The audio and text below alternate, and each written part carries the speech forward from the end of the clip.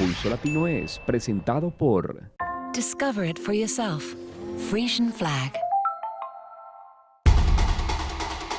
Hoy en Pulso Latino. Aún se desconoce nacionalidad de la persona que falleció en su intento por ingresar a Aruba de forma ilegal. Otros 8 ocupantes del bote aún no han sido identificados. La mudanza de la grúa de carga de Oranjestad al puerto de Barcadera es una realidad. Poco a poco, este proyecto está tomando su forma. Una tribuna con más de 10 jovencitos cayó, dejando a algunos estudiantes gravemente heridos en Estados Unidos. Un hombre en Medellín es captado por cámaras de seguridad tocándole partes íntimas a una menor de 8 años. Esto, por supuesto, ha causado repudio entre la comunidad. En Argentina se presentó legalmente el primer caso de una menor con 3 padres. Esto es Pulso Latino con Alejandra Forero. Hola, bienvenidos a una emisión más de Pulso Latino. Gracias por su sintonía. Soy Alejandra Forero y damos inicio a nuestra emisión con noticias locales.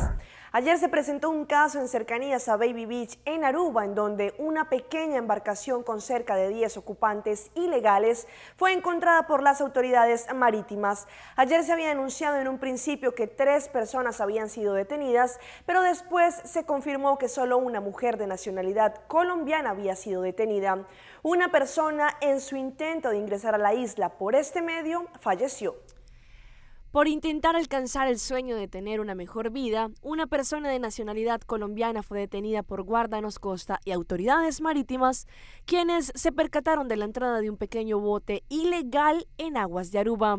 En un principio se habló de 3 detenidos, pero hasta el momento las autoridades confirmaron que se trató solo de una mujer detenida.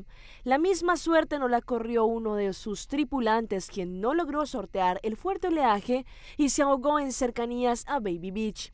El departamento de Guardanos Costa está realizando una investigación para así dar a conocer de qué nacionalidad era esta persona que falleció, como también los otros 8 tripulantes. Las autoridades marítimas indicaron que una de las personas que entró de manera ilegal es nacional de Colombia y el bote venía desde Venezuela. Esta no es la primera vez que estos hechos se presentan, ya que en varias ocasiones personas han sido detenidas tratando de ingresar de este medio a nuestra isla. Contento y orgulloso, de esta forma el primer ministro Mike Eyman describió su sentimiento mientras que él estaba presenciando un momento histórico en el muelle de containers de Oranjestad. ¿El motivo? Equipos expertos estaban realizando el traslado cuidadoso de la grúa de Oranjestad para el nuevo muelle que vendrá en Barcadera. Todo este equipo, que pesa miles y miles de toneladas, fue trasladado esta mañana hacia Barcadera por una embarcación. Recientemente el primer ministro Mike Eyman junto a diferentes mandatarios vieron una de sus visiones hecha realidad, con el inicio del traspaso del muelle de Oranjestad a Barcadera. Una grúa que pesa miles y miles de toneladas fue transportada delicadamente desde el muelle de playa hasta el de Barcadera, lugar donde se ubicará uno de los puertos más importantes del Caribe. Parado en el WAFC, construido a base de sentimientos por su bisabuelo Cornelius Eyman, el ministro presidente habló de cómo una nueva generación tomó decisiones importantes para la expansión y modernización del muelle de containers completamente nuevo. Sin duda alguna, algo muy positivo para los mandatarios. El ministro asimismo indicó que este es solo un momento más de esta gran realización, refiriéndose a todos los trabajos de la mudanza de la grúa. Barcadera poco a poco está quedando lista y se le está dando espacio para hacer de nuestro muelle de playa uno más competitivo en la región para cruceros y las conexiones en el centro de ciudad. De esta forma, indicó el primer ministro que otro propósito que se acopló a este proyecto es hacer un muelle más asequible a la comunidad.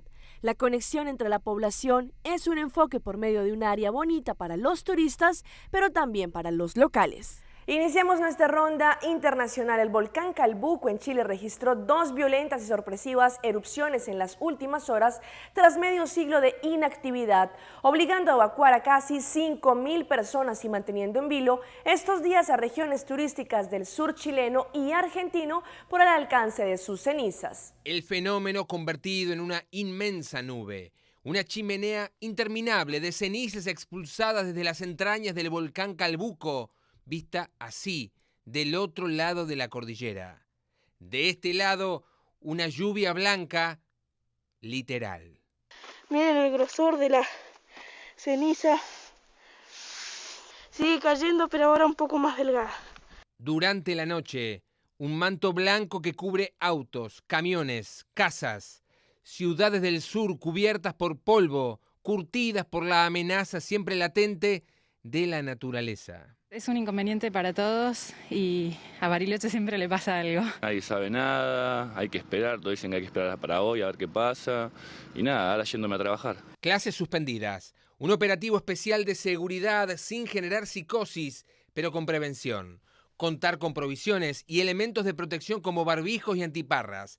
Permanecer en las casas y mantener reservas de agua. También evitar que las mascotas salgan a la calle. Son estas algunas de las recomendaciones. Todo lo que sea poder evitar mayor movimiento en la ciudad, es importante que la gente permanezca en su casa, es importante que la gente reduzca la velocidad de los vehículos para no levantar cenizas. Cerca, muy cerca de Bariloche y San Martín de los Andes, en Villa La Angostura, se esperaba una tercera erupción tras la intensa actividad del volcán en pocas horas, dejando en alerta a sus 15.000 habitantes. Estamos yendo a Villa La Angostura desde Bariloche. Fíjense lo que es el camino como consecuencia de la cantidad de ceniza volcánica que hay en esta zona. No se ve absolutamente nada, vamos a una velocidad prudente porque es muy difícil saber quién está del otro lado. En el aire, de manera casi imperceptible, este polvo fino, como si fuera talco, está siendo analizado por el Centro Atómico de Bariloche para definir si puede ser tóxico. A nivel microscópico se ven como pequeñas astillas de sílice o vidrio volcánico, y en la fracción menor a 10 micrones eso es respirable y puede generar pequeñas microlesiones a nivel del árbol respiratorio. Esto es lo que se conoce también como enfermedad del minero, que está permanentemente, digamos, rompiendo rocas y aspirando material muy fino.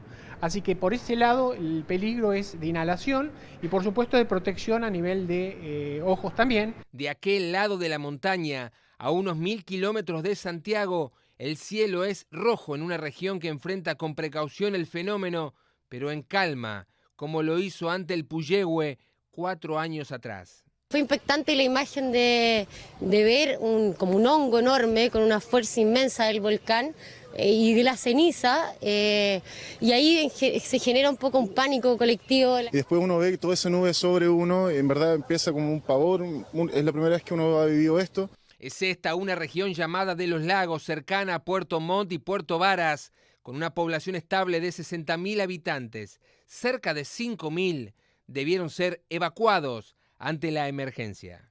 Se va a insistir en las personas que no han querido evacuarse, que se evacúen. Se va a seguir entregando información de las medidas de protección. Solo quiero recordar que las personas que viven en estas zonas deben cubrirse, o sea, que el riesgo fundamental por ahora, cuando está esta columna de ceniza, es que eviten respirar esa ceniza. Aquí en Aeroparque, los monitores del movimiento aéreo devolvían imágenes similares. Vuelos cancelados y, en consecuencia, pasajeros comprensivos, sorprendidos ante las noticias que llegaban desde el sur. Todos los vuelos al sur en este momento están condicionados. Los vuelos al sur, digamos al sur, hacia la zona de Bariloche, San Martín, Neuquén, están condicionales a los partes meteorológicos que vayan surgiendo en virtud de la erupción del volcán, ¿no?